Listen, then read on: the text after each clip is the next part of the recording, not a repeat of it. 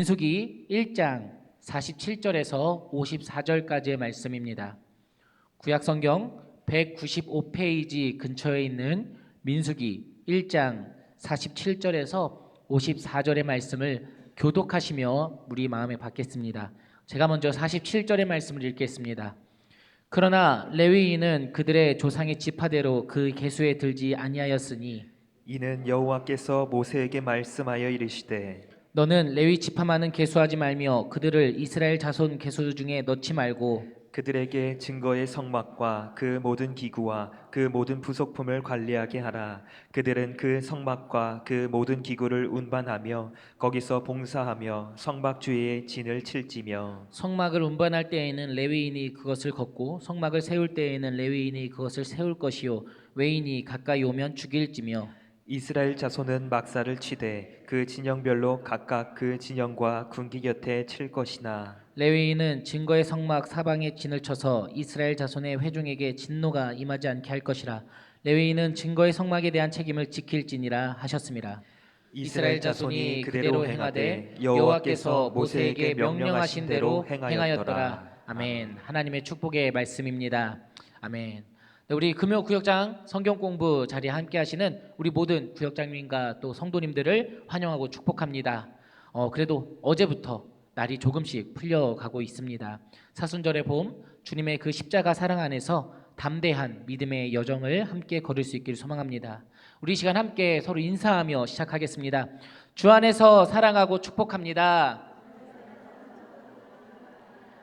네, 우리 한 번 더 인사합니다. 주 안에서 거룩하게 살아갑시다. 주 안에서 거룩하게 살아갑시다. 아멘. 네, 이 세상 가운데서 거룩하게 구별된 그리스도인으로서 우리 살아가는 우리 모든 성도님들 될 수 있길 소망합니다. 여러분 구역 모임 잘 하고 계시나요? 네, 우리가 지금 이렇게 구역장 성경 공부로 함께 이 자리에 함께 하고 있는데 구역 모임을 돕고 또 더 깊은 그 말씀의 나눔을 위해서 이 자리 가운데 함께 하고 계시는 줄 믿습니다. 조지 스윈록이라는 영국의 청교도 목사님은 이런 말을 남겼습니다. 사탄은 호의자 없이 항해하는 배들을 주시한다. 사탄이 노리는 것이 무엇이라고 합니까? 호의자 없이 항해하는 배입니다. 물론 우리의 삶을 날마다 그리고 매일같이 호의하시는 우리 여호와 하나님이 계십니다. 주님이 우리와 동행하시며 성령님의 인도하심 속에 우리는 살아갑니다. 하지만 동시에 서로를 위한 중보, 교제도 반드시 필요하다는 것입니다. 우리 구역원들이 서로가 서로에게 호의자가 되어줘야 합니다. 이것을 좀 더 우리 교회의 언어로, 신앙적인 언어로 표현하면 중보자가 되어야 한다는 것이겠죠. 서로가 서로에게 중보자가 되어서 영적으로 호의해주지 않는다면 우리는 사탄의 공격에 속절없이 무너질 수밖에 없는 연약한 그리스도인입니다. 그리고 그 영적 승리를 위해서 하나님께서 서로가 서로에게 구역으로 묶어주셨음을 우리가 믿음으로 바라볼 수 있기를 소망합니다. 그리고 하나님께서 우리의 지체를 지켜주실 것을 기도하며 그리고 말씀으로 서로를 세워주며 영적 가족으로서 계속해서 세워져 나가야 할 줄 믿습니다. 이전에는 세상도 모이지 말 것을 개인주의를 말하는 시대였습니다. 하지만 요즘 텔레비전을 보면은 또 서로가 서로에게 필요하다, 함께 더불어 살아가는 것이 필요하다라고 이야기하고 있는 것 같습니다. 하지만 이미 서로가 서로에게 너무 차가워져 버린 시대를 살아가고 있죠.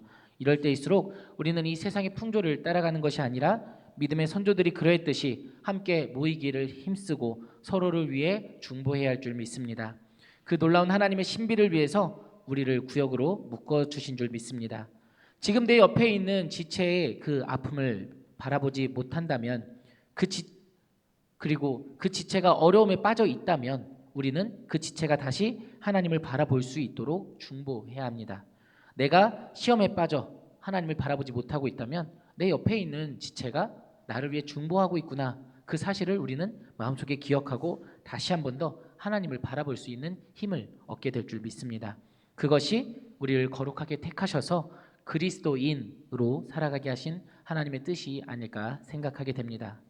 오늘 성경 공부 제목이 무엇입니까? 구별된 레위인의 사명입니다. 무엇과 구별되었는지 그리고 구별된 레위인의 사명은 무엇이었는지 오늘 성경 공부를 통해서 깨닫게 되는 놀라운 은혜가 임하기를 소망합니다. 우리 배경 이해하기부터 한번 같이 한 목소리로 차근차근 한번 읽어보면서 우리 성경 공부를 시작하도록 하겠습니다. 한번 읽어보겠습니다. 애굽으로부터 탈출한 후 약 14개월간 시내산에 머물렀던 이스라엘 백성은 둘째 해 둘째 달 첫째 날에 시내 광야 회막에서 모세에게 명하신 하나님의 말씀을 듣습니다. 가나안 땅으로 가기 위한 광야의 행진을 준비하기 시작하는 것입니다. 징병을 위한 인구 조사가 시작되며 각 지파에서 많은 사람이 계수됩니다. 이는 하나님이 아브라함과 약속하신 그 자손이 하늘의 별과 바닷가의 모래와 같이 많을 것임을 지키시는 신실한 분임을 알게 해줍니다. 하나님은 하나님의 때에 약속하신 것들을 분명하고 정확히 이루시는 분이며 또한 세부적이고 구체적으로 이루십니다. 하나님의 약속을 통해 번성한 이스라엘은 현재 약속의 땅으로 가기 위한 중요한 단계에 있으며 인구 조사를 통해 민족의 조직, 질서, 자원 등이 체계적으로 세워져 가고 있습니다. 아멘. 민수기는 어떤 성경입니까? 백성을 세다라는 뜻을 가지고 있는 성경이죠. 히브리어 원어로는 광야에서라는 뜻을 가지고 있는 그런 성경을 갖고 있습니다. 말 그대로 광야에서 이스라엘 백성들의 그 수를 세는 것을 말하고 있습니다. 이스라엘 백성들을 대상으로 시행된 두 번의 인구 조사가 이 민수기에는 기록이 되어져 있습니다. 민수기가 기록될 당시의 배경을 보면 가나안 땅으로 진군을 앞두고 있는 상황이었죠. 그래서 전열을 가다듬어야 했습니다. 가나안 땅을 그냥 아무런 준비 없이 들어갈 수는 없었기 때문입니다. 성경 속에서 백성의 수를 세웠다라는 표현이 있다면 그것은 그 왕이 혹은 지도자가 이제 전쟁을 준비하는 그런 과정으로서 백성의 수를 세웠습니다. 왜 그러냐면은 그 땅에서 싸워야 할 인원을 세워야 했기 때문입니다. 이처럼 가나안 땅 진군에 앞서서 인구 조사를 통해서 싸울 수 있는 전쟁에 필요한 인원을 세우고 있었던 것이죠. 그런데 하나님께서 그때 명령을 내리십니다. 단 레위인은 계수에 들지 않게 하라라고 말이죠. 왜 하나님께서는 레위인을 그 계수에 들지 못하게 했는지 함께 말씀의 배경을 알아가고자 합니다.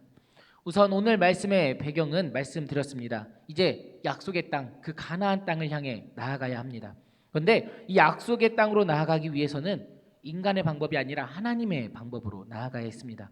물론 모든 하나님의 일이 하나님의 방법으로 행해야 하는 것이겠죠. 약속의 땅도 마찬가지입니다. 하나님께서 이스라엘 백성에게 허락하신 것이었습니다. 그렇기 때문에 그 땅을 향해 나아갈 때는 하나님의 방법으로 나아가야 했죠. 하나님은 이스라엘 백성을 그냥 가만히 너네가 하고 싶은 대로 진군하라 라고 명령하지 않으셨습니다. 세밀하게 하나하나 하나님께서 그 방법을 알려주셨습니다. 그리고 약속의 땅으로 나아가는 것은 결코 쉬운 일이 아니었습니다. 정복을 해야 했고 영적 전쟁을 거쳐야만 하는 일이었습니다. 우리도 마찬가지죠. 예수님만 믿으면 모든 것이 다 해결될 것이다 라고 생각하지만 틀린 말은 아닙니다. 하지만 그 믿음의 여정이 결코 평탄하지만은 않다라는 것이죠. 우리 앞에 놓여진 영적 전쟁을 우리는 준비해야 합니다. 하나님께서는 우리를 그냥 그 영적 전쟁터로 내보내시는 분이 아니십니다. 훈련시키시고 준비시키셔서 약속의 땅을 향해 나아가게 하시는 분임을 우리는 기억해야 합니다.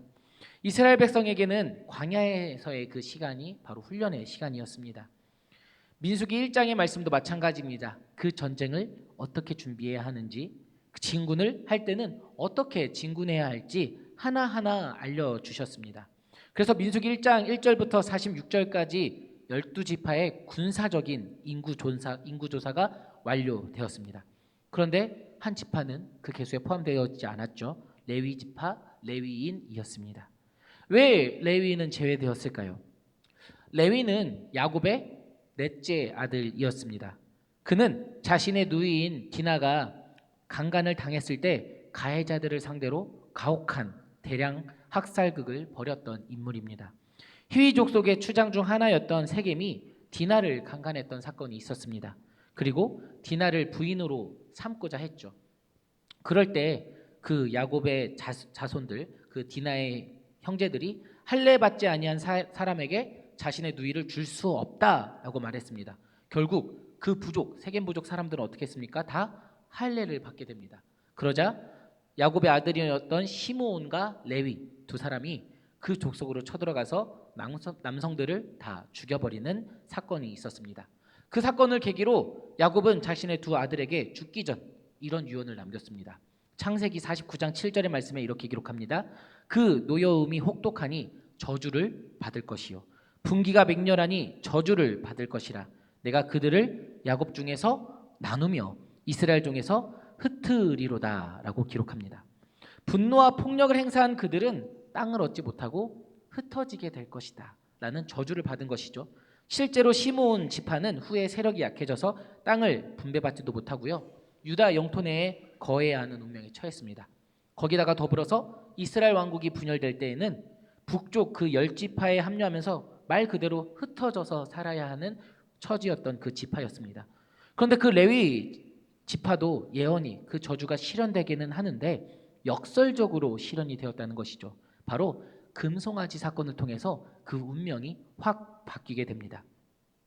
모세가 하나님께 율법을 받으러 시내산으로 올라간 40일 동안 이스라엘 백성은 모세를 기다리지 못하고 죄를 범하게 됩니다. 바로 우상 숭배의 죄였습니다.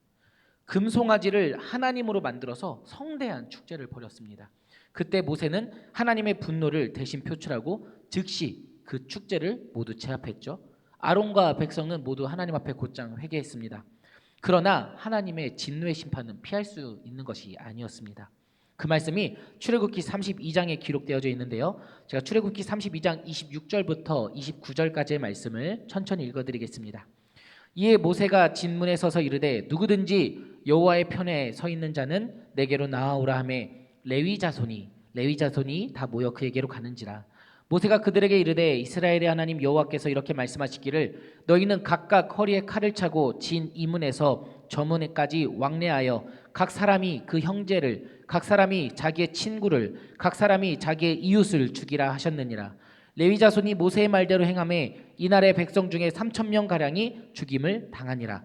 모세가 이르되 각 사람이 자기의 아들과 자기의 형제를 쳤으니 오늘 여호와께 헌신하게 되었느니라. 그가 오늘 너희에게 복을 내리시리라. 아멘. 하나님의 명령으로 주동자 3,000명이 죽임을 당하게 됩니다. 그리고 그 일에 앞장섰던 이들이 바로 레위 지파였습니다. 여러분 한번 생각해 볼까요? 하나님께서 죽이라고 명령하신 대상이 누구입니까? 나의 형제, 나의 친구, 나의 이웃이었습니다. 여러분은 이 일을 행하실 수 있을까요? 하나님의 명령입니다 하면 지금 당장 내 이웃을, 내 가족을, 내 친구를 해할 수 있으시겠습니까? 레위인들은 그 하나님의 일을 피눈물을 머금고 행했습니다. 그것이 하나님의 거룩을 지킬 수 있는 이 길이었기 때문입니다. 레위인이 어떠한 잔인한 성품을 지니고 있었기 때문에 할 수 있었던 것이 아니라 그것이 하나님의 명령이었고 하나님의 그 거룩함을 지킬 수 있는 길이었기 때문이었습니다. 공동체를 살릴 수 있는 길이었기 때문에 어쩔 수 없이 피눈물을 머금고 그 일을 행했던 것이죠. 그리고 하나님은 그들의 그 마음을 아시고 그들을 축복하셨습니다. 여러분, 하나님의 예언은 반드시 성취됩니다. 야곱의 저주 또한 하나님의 예언이었습니다. 하나님의 축복은 말로 설명할 필요 없이 당연히 이루어져야 되는 것이었죠. 그런데 이렇게 저주와 그 축복이 상충되는 경우에는 어떻게 해야 할까요? 하나님은 놀라운 섭리로, 놀라운 일하심으로 그것을 성취하셨습니다. 레위인은 땅을 기업으로 받지 못했습니다.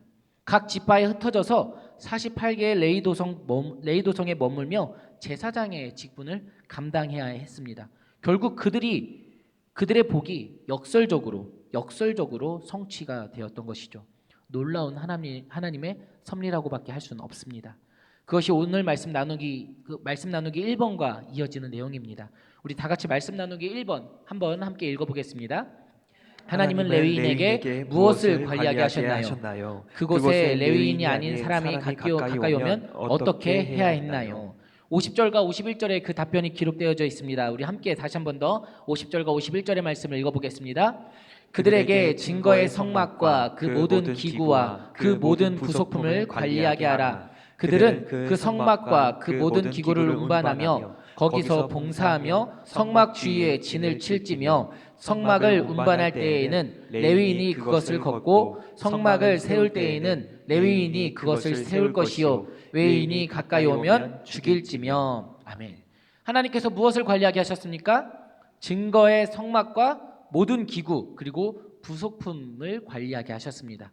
그리고 다른 사람이 가까이 오면 죽게 된다 경고하시죠.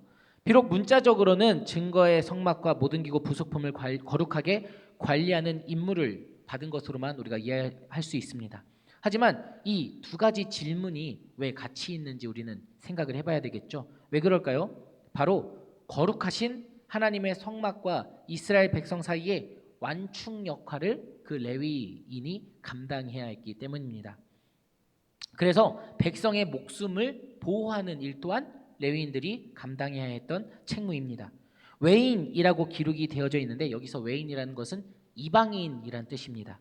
이 말씀을 통해서 우리가 알 수 있는 것은 성막과 관련된 일에는 그 레위인이 아니고서는 모두 외인이었다. 모두 이방인이었다. 라고 엄격하게 하나님께서 분명하게 말씀하고 계시는 것을 우리가 알 수 있게 됩니다. 그렇습니다. 레위인은 백성들의 생명을 보호해야 하는 임무까지도 갖고 있었습니다. 하나님의 거룩하심이 훼손되지 않도록 그 주의 곁으로 백성이 가까이 하지 못하도록 막아야 했습니다. 동시에 가까이에서 백성들이 죽임을 당하지 않게 하는 그 임무를 맡았습니다. 경계를 서고 철저히 지켜야 했죠. 그럼에도 그들이 가까이 왔을 때는 어떻게 합니까? 금송아지 사건 때처럼 피눈물을 머금고 그 목숨을 빼앗아야 했던 역할을 한 이들이 바로 레위인이었습니다. 왜 그렇습니까? 거룩하신 하나님의 현존을 마주하게 될 때 피할 수 없는 죽음으로부터 백성을 보호해야 했기 때문이죠. 하나님의 배려이기도 했습니다. 우리 말씀 나누기 두 번째 함께 읽어보겠습니다. 이스라엘 백성과 레위인은 각각 어떤 방식으로 진을 쳤나요? 52절과 53절의 말씀을 함께 읽어보겠습니다. 이스라엘 자손은 막사를 치되 그 진영별로 각각 그 진영과 군기 곁에 칠 것이나 레위인은 증거의 성막 사방에 진을 쳐서 이스라엘 자손의 회중에게 진노가 임하지 않게 할 것이라. 레위인은 증거의 성막에 대한 책임을 지킬지니라 하셨습니다. 아멘. 레위인을 제외한 이스라엘 백성은 각 진영과 군기 곁에 진을 쳐야 했습니다. 그 이유는 만일의 전쟁에 대비하기 위한 것이었죠. 반면 레위 지파의 군기는 무엇이었습니까? 성막이었습니다. 증거의 성막 사방에 진을 쳐서 행진해야 했죠. 그러면서 이스라엘 회중에게 하나님의 그 진노가 임하지 않게 할 영적 사명을 감당했던 것입니다. 하지만 하나님께서는 그 성막을 통해서 이스라엘 백성 가운데 거하고자 하셨죠. 하지만 이스라엘 백성은 금송아지 사건을 통해서 하나님과의 계약을 어기게 됩니다. 백성의 우상 숭배로 인한 하나님과의 계약 파기와 하나님의 맹렬한 진노가 그 모세의 간절한 간구로 인해 중단되죠. 그 이후에 하나님과의 언약이 다시 갱신됩니다. 그리고 공동체 가운데 증거의 성막이 다시 세워지게 되는 것이죠. 이는 이스라엘 백성이 여전히 죄 가운데 있고 죄 많은 백성임에도 불구하고 하나님이 함께 하시겠다는 언약의 그 신실하신 하나님의 자비하심, 그 긍휼하심을 깨닫게 해주는 상징이 되었습니다. 레위 지파는 거룩하신 하나님의 임재 앞에 이스라엘 백성을 보호했던 것이죠. 그리고 동시에 이스라엘 백성은 레위 지파를 방패 삼아 거룩하신 하나님께 다시 나아갈 수 있게 된 것입니다. 이처럼 하나님께서는 각 지파를 각자의 사명에 맞게 부르시고 파송하고 계십니다. 우리 함께 말씀 다지기를 한 목소리로 함께 읽어보도록 하겠습니다. 하나님은 레위 지파를 구별하시고 하나님이 인재하시는 성막과 그 안의 모든 것을 관리하며 이스라엘 공동체를 보호하는 사명을 그들에게 맡기셨습니다. 그리스도를 통해 왕 같은 제사장으로 부르심을 받은 우리에게도 특별한 사명이 주어졌습니다. 성령이 내주하시는 성전된 우리를 항상 죄를 경계하고 하나님 말씀에 순종하며 땅의 것을 추구하지 않는 구별된 삶으로 공동체 안에서 본을 보여야 합니다. 먼저 자신이 하나님 앞에 정결한 예배자로 서야 할 뿐 아니라 다른 사람들을 거룩한 예배자로 세우기 위해 기도하며 섬겨야 합니다. 아멘. 네, 여러분 정리해 보겠습니다. 레위라는 이름은요, 하나님과 연합한 자, 하나님께 붙어 있는 사람, 하나님의 편이라는 의미를 갖고 있는 단어입니다. 레위인은 거룩하신 하나님의 성막을 지키는 사람이며 동시에 공동체의 생명을 보호하는 직분을 맡았습니다. 두 직분을 잘 감당하기 위해서는 하나님 앞에 정결하고 거룩한 경건한 삶을 살아가야 했습니다. 하나님께서는 오늘날 우리를 왕 같은 제사장으로 레위인으로 부르고 계십니다. 이 말은 우리 또한 하나님의 편에 서서 레위인과 같은 그 직분을 받은 존재라는 의미입니다. 뭐 레위인이 목회자다라고 말씀하시는 분들이 있는데 어느 부분에서는 그럴 수 있지만 하나님께서는 우리 모두를 거룩한 레위인으로 예배자로 불러주셨다는 사실을 우리는 기억할 수 있어야 합니다. 그리고 그 예배자로서의 직분을 온전히 감당해 가기 위해서는 하나님 앞에 겸손하고 정결함과 경건함이 있어야 합니다. 거기서 멈추는 것이 아니라 공동체의 상태를 잘 살필 수 있는 영적인 분별력도 우리에게 필요합니다. 이것이 우리가 구역으로 모인 이유입니다. 구역장으로 섬기는 여러분은 구역원들의 영적 상태를 잘 분별할 수 있어야 합니다. 그 분별력을 위해서 하나님께 간구해야 할 줄 믿습니다. 우리가 먼저 영적 레위 지파로서 예배자로서의 역할을, 중보자로서의 역할을 감당하게 될 때 우리가 거한 곳이 하나님의 은혜가 충만한 축복의 장소가 되리라 믿습니다. 그리고 우리가 앞에 살펴보았듯이 이스라엘의 그 진군의 모습을 통해서도 알 수 있듯이 성막이 항상 그 가운데 있었고 모든 지파의 방향은 성막을 향해야 했습니다. 하나님의 임재를 향해야 했던 것이죠. 그리고 그 가운데 레위 지파가 있던 것이고요. 이것을 통해서도 우리가 알 수 있는 것은 바로 예배가 우리 삶의 중심이 되어야 한다는 것입니다. 구별된 레위인의 사명은 다른 것이 아니었습니다. 바로 예배자입니다. 하나님을 예배하는 것이 구별된 레위인의 사명이었습니다. 어떤 사람들은 경제적인 안정, 육체적인 건강, 편안한 환경이 어느 정도 채워져야 신앙생활을 할 수 있다고 이야기합니다. 그러나 하나님은 척박한 광야에서 기업도 없는 레위인에게 성막을 중심으로 살라고 명령하셨습니다. 우리는 그 사실을 기억해야 합니다. 그리스도인은 은혜 아니면 살아가지 못하는 존재입니다. 그러니 우리는 예배 중심의 삶을 살아가야 합니다. 우리가 예배를 통해 받은 그 은혜로 이 세상을 다시 하나님께 돌이키는 예배자요 참된 중보자로서의 사명을 감당해야 합니다. 하나님은 우리를 택하신 족속, 왕 같은 제사장, 하나님의 소유라고 말씀하십니다. 따라서 우리는 삶의 여러 변화 속에서도 언제나 하나님을 우선하는 예배 중심의 삶을 살아가야 합니다. 또 자격 없는 우리에게 부어주시는 그 은혜에 감격하며 언제나 우리를 구별되어 부르신 하나님의 은혜에 감격하여서 사명을 충성스럽게 감당하며 살아가시길 좋으신 예수님의 이름으로 간절히 축복합니다. 우리 오늘 말씀을 묵상하며 나의 모습, 나의 소유 함께 찬양하며 하나님께 나아가시겠습니다.